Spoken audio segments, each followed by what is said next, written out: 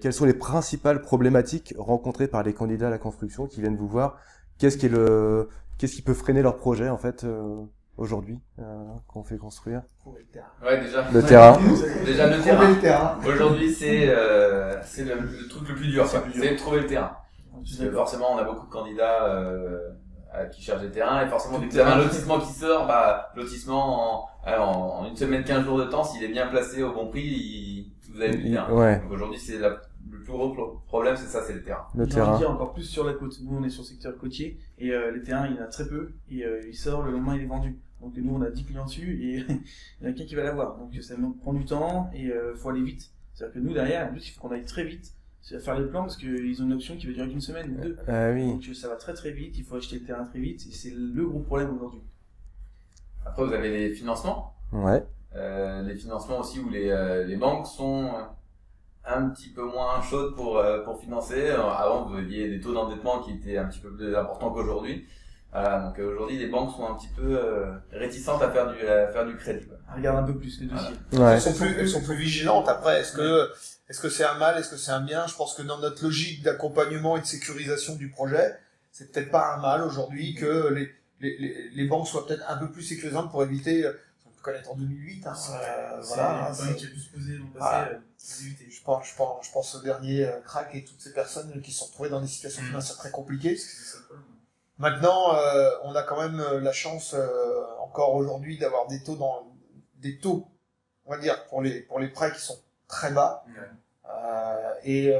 Par rapport à il y a encore même quelques années, on a des taux qui sont 5 fois plus bas que ce qu'on a pu connaître. Donc oui, ça reste plutôt positif. Mais en effet, par rapport même à il y a 2 ans, je te rejoins Cédric, elles sont beaucoup plus vigilantes aujourd'hui sur les taux d'endettement, etc. Mais est-ce que ça Surtout peut-être sur le primo-accédant, où c'est un peu plus compliqué. Oui. Il faut vraiment de l'apport, là, il faut des choses, faut justifier, quoi. Faire pas de blanche et vraiment justifier d'un apport assez conséquent quand même, et d'avoir une santé financière qui est vraiment stable, quoi. Là, ils vont vraiment regarder. D'un apport, d'une capacité une capacité de mettre de côté, enfin voilà, ça dépend. La possibilité de mettre de côté par mois, ils vont ça. regarder cette santé financière, si elle est bonne ou pas. Et eux, ils vont être plus attentifs, je pense. Que je vois sur nos clients, on voit qu'ils poussent un peu plus, ils regardent un petit peu plus loin. Ouais. Et les enveloppes, ils ont tendance à réduire un peu les enveloppes, quitte à les augmenter après, mais de freiner un peu pour être sûr que financièrement, il n'y a pas de problème. Ils vont pas aller au taquet directement de leur endettement, quoi. Donc, juste ça, là. Ok, donc on a vu le terrain, le financement. Est-ce que vous voyez autre chose qui peut handicaper quelqu'un qui veut faire handicaper aujourd'hui, c'est la réalité du marché, j'ai envie de dire. C'est-à-dire, on a un budget, on veut, comme tu as voulu à un moment donné, beaucoup.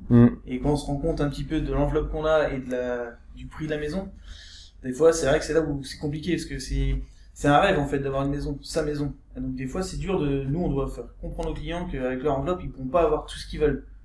On va faire au maximum, essayer de les accompagner et de faire la maison le mieux possible avec les superficies qu'ils souhaitent. Et des fois où il faut essayer de faire des concessions, quoi. Et c'est là où des fois ça va être compliqué, parce que les clients, on revient au début, ah ben non, on veut. On veut un terrain face mer. On veut beaucoup de choses et on n'a pas tout ce qu'on veut. Et donc des fois il y a des concessions. Parfois on a des clients qui ont le budget et qui peuvent aller plus loin, donc il n'y a pas de souci. Mais aujourd'hui, la réalité du marché fait que les maisons ont un certain coût, et du coup on peut pas tout faire, il faut essayer de faire des concessions, ou faire des travaux par soi-même, des choses comme ça. Et ça se réfléchit, et c'est là où c'est parfois délicat dans les couples, même. Parce qu'on n'a pas le même avis, il faut en discuter. Chacun c'est Monsieur veut le garage, madame veut la pièce de vie. Ou le dressing, le grand dressing, le classique. Son monsieur, c'est le garage. Parce que les autres sont pareils. Ah oui, moi, par contre, le garage, moi, le ça arrive quand même régulièrement. Si j'ai mon garage, tu fais ce que tu veux dans la maison. C'est encore ancré, ça. Ouais. Et puis dans l'immobilier, c'est madame qui choisira, qui aura le dernier mot. Ça, c'est souvent le cas, effectivement. Madame qui aura le dernier mot. Eh oui, souvent.